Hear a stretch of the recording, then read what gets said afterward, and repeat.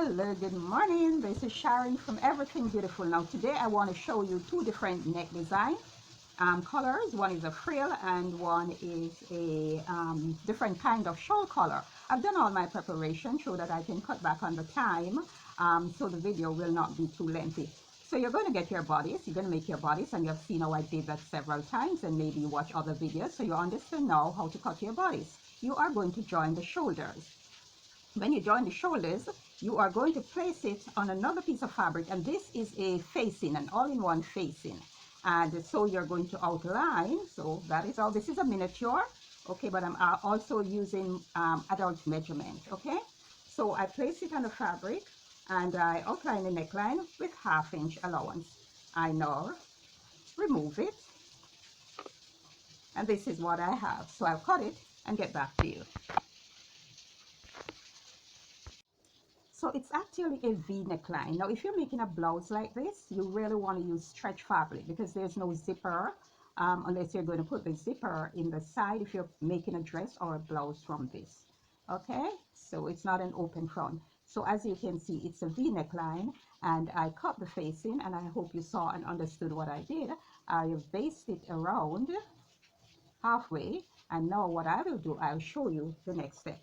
So here I have 2 pieces of fabric folded in 1, 2, 4 pieces, 4 and 4, okay, folded 2 times.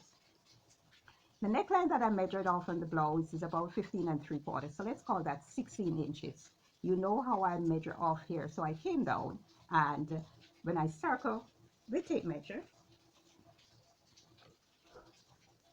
let me show you. I have done this several times, so you should know to do it now. So here I have 4 inches. I came down like this, and I realized that it's going to be 2 3/4 from the point. I also, 2 3/4 from the point. Now I am making a double layered frill. So one is going to be shorter than the other. So that is why I've doubled the fabric like that. So I am making one short and one long. So I have marked the one that is going to be shorter, and that will guide me as to how to cut the other one a little bit longer. So let me do that and get back to you. So here it is. I have cut one shorter than the other, and I showed you before. So I'm going to take this away. I'm done with that. I'm going to pull this, and here I am with what I want. Now you could have used another fabric for this, but this is a fabric I want to use. I wanted something sturdy. So if you use chiffon or sheer or some softer fabric, you would have more flare in it.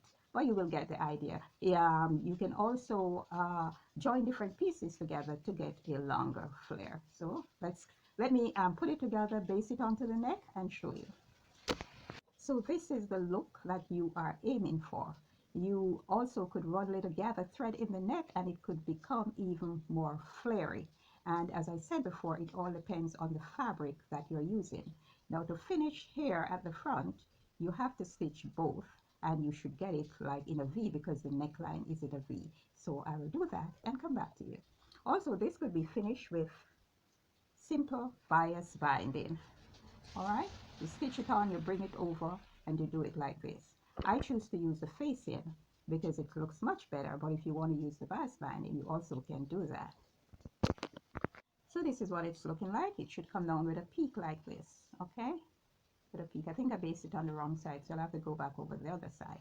But this is what it's looking like, and I rather sit down and base it and explain it to you than just go around the machine and stitch and you don't understand.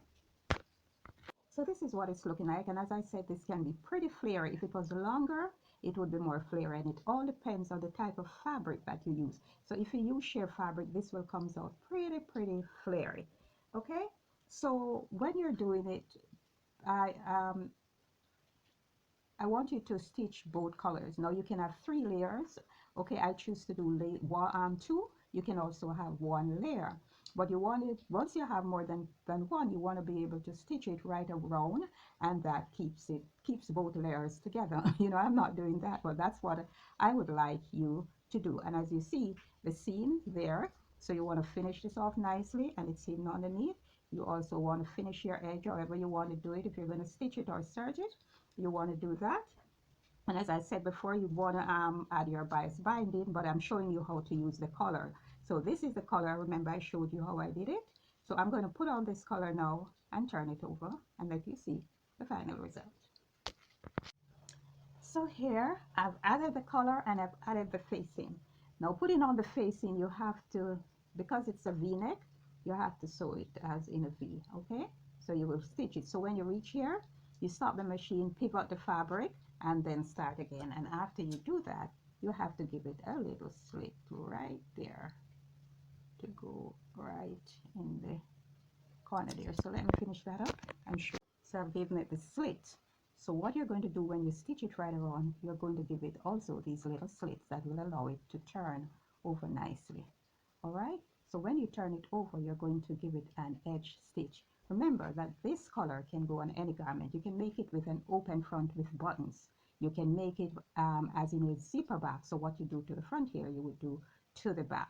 Okay, it would be at the back. So it's not only for this, because I said I'm putting it on this, and if you're making it, you have to make it on, if it's stretch fabric. No, it can go on any neckline. All right, so you give it your edge stitch right around and you turn it right over, and let me show you. So this is what it's looking like, okay? And as I said before, you can have frills all around depending on the fabric that you use and also the length of the frill. So if you're doing one and you're an adult, remember you can go up to 5 inches for the bottom one and 6 inches for the bottom one, 5 inches for the top one.